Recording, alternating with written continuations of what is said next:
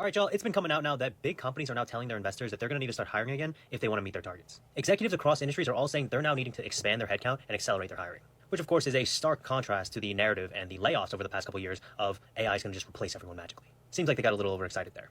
Companies are realizing now that AI just isn't working. Many executives were actually quoted saying that the costs and the limitations of AI are now demanding that people get added back. And these are the two things that we've been seeing for a while now. One is the limitations. AI is simply just not contributing to productivity. The amount of time it needed to fix all of its mistakes just completely evens out any potential time that could be saved. And that's not even to mention the fact that the quality is a major downgrade as it's just all regurgitated slop. People, the customers can tell, all right? So it's not saving any time and it's not producing anything of value. So it's really just not useful. But then the other big thing is the costs. The AI companies are no longer subsidizing the token costs. So now all these executives are starting to see the real costs of running these AI, and it's very expensive. And if we factor those two things together, the decrease in output quality and the increase in the input costs, it just means that AI is just destroying these companies' bottom lines. And obviously, that's all these executives care about. And this is what I've been saying for a while now. Once these executives see the numbers of AI, they're going to drop it. They don't care about AI. They only care about profit margins. Before, when there was the narrative of AI is magic and it's going to replace everyone, they were happy to fire them because, hypothetically, they could just stop paying people and then their profits would go up. But now that it's clear that AI not only does a worse job than humans, but is also more expensive, they drop it without a second thought. It's just simple dollars and cents, okay? Business is business is business. What you think? I could see where he's going. I don't fully agree. I think I do. Based on what I'm knowing about Q3 recently in hiring, I would have to agree. I relate AI similar to the big cloud push. Because there's companies that's going back at least, not all the way on-prem, but they definitely moving back on-prem because they want to save some money. Because they thought moving to the cloud was supposed to be so cheaper for them until they realized it wasn't. Same thing with AI. Okay, we're relying on AI to work as if it's people. Or the selling point is, hey, you don't got to worry about them taking a break or all this other stuff. And pretty much they don't stop. Yeah, sure they don't stop, but that price, it don't stop either. Mm-hmm. So where you thought you were saving money, and like you said, because even in my tools to use AI in content creation have doubled in price. So imagine what companies are seeing when they're like. Well, I do think there's definitely a price thing, a token thing. I think we still haven't figured that out. We still haven't figured out. We don't even know how much it costs to run a prompt. You know what I mean? Like, it's still very ambiguous and unclear for everybody. It's not even just the big folks, the big dogs. Even us with the new was it the Fable model? And they gave you some free credits or tokens, mm-hmm. and then you just kind of had to see if it was going to last or how much it was going to suck up when you ran your next prompt. So yeah. I think it'll be interesting to see over the next few years how we better understand the cost of these prompts and the things that we're trying to do. Yeah, and I think if it was helping them make more money, they probably wouldn't care. But if it's not directly contributing to them to making more revenue. And most times it's to help you do something. And you have to think about this too. You can't blindly, when he was talking about the AI, let's literally just go back to the Snapchat AI. It doesn't understand context that this was a joke. It 1 and 0'd it and said, oh, this is a threat. Go get them. Mm-hmm. That AI has to be QA'd. You can't just rely on it to say it's doing the right work. You have to verify that the work is real, is good.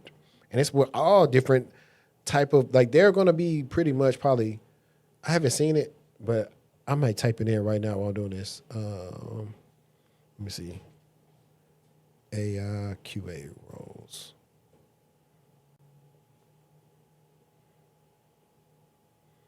Yeah, so I don't know how true this is, but it's like ZipRecruiter showed me like $27 through $57 an hour AI QA jobs in Dallas, right? Because they're going to have to verify all this stuff. And that's separate from the other QA. I'm going to recommend that to a friend who I know previously did a QA role. Let's see. AI Solutions QA Analyst. I'm reading this job role for y'all guys. This is real time. Let's see. It's a company called McDermott, Will, and Schultz. So this seems like it might be a law firm. Yes, it is a law firm. It's a global law firm that brings together more than 1,700 plus lawyers and 1,400 business professionals. So the job description is McDermott, Wheel and Short is building one of the most ambitious AI programs in the legal industry. And quality, they even wrote the job description with AI. They got the M dashes in here. As we deploy AI-powered solutions across legal practices and operational teams, we need someone who can own the full quality lifecycle from unit test and edge cases through system testing, performance, and CI/CD pipeline integration. The AI solutions QA analyst partners directly with our analysts and engineering teams to ensure every solution we ship is tested, reliable, and production ready. Leveraging AI to do it faster. So what you'll do, you own the QA lifecycle, partner with analysts, work with the engineering team to define and integrate automated test suites into the Azure DevOps CI/CD pipeline, define system level test strategies, coordinated with security team, evaluate AI solutions. And so what they want people to have is like 4 years of formal QA experience, including writing and executing test scripts, strong experience with unit integration, hands-on experience with integrating test suites into the CI/CD, AI fluency, and yada, yada, yada. Let's see what it pay. They want somebody got a bachelor's in computer science, information systems engineering, or equivalent experience. And it's paying $93K to $142,000. Okay. So Cute. it may be who knows? It may be easier than I'm pretty sure it's easier than what they describe it. But yeah, so there is a lane for like everything, like I've been saying, so people can kind of get scared or they can adapt. If I was you, I would adapt. I wouldn't let the fear overtake me. A down. Oh man, let's see what some of these comments saying. Marquis says, Is this Marquise? "Yep, Hey, what's good? having a hybrid environment assures high availability. Having a proper failover procedure put in place could avoid 70% of the issues that happen." He said hi, by the way. And having cloud-only infrastructure is SPOF for more context. Yeah. I'm there. I believe SPOF, if I'm reading the context, is single point of failure. Yes. I know you miss cloud and You everything. know. I gotta use, but they're not teaching the kids no more context clues. They're not. So it's called reading Which comprehension. is so frustrating.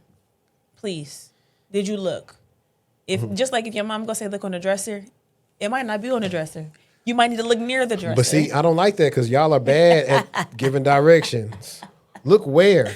Where do you want me to look? In all the spots that can be looked at. Tell me to take 5 steps and look down to my left. It should be right there. Don't tell me that and then it's not where you told me to go look. You got to use your context clues there. Or just tell me to search everywhere. Yeah, me. I don't know. Somewhere in there. Mm-hmm.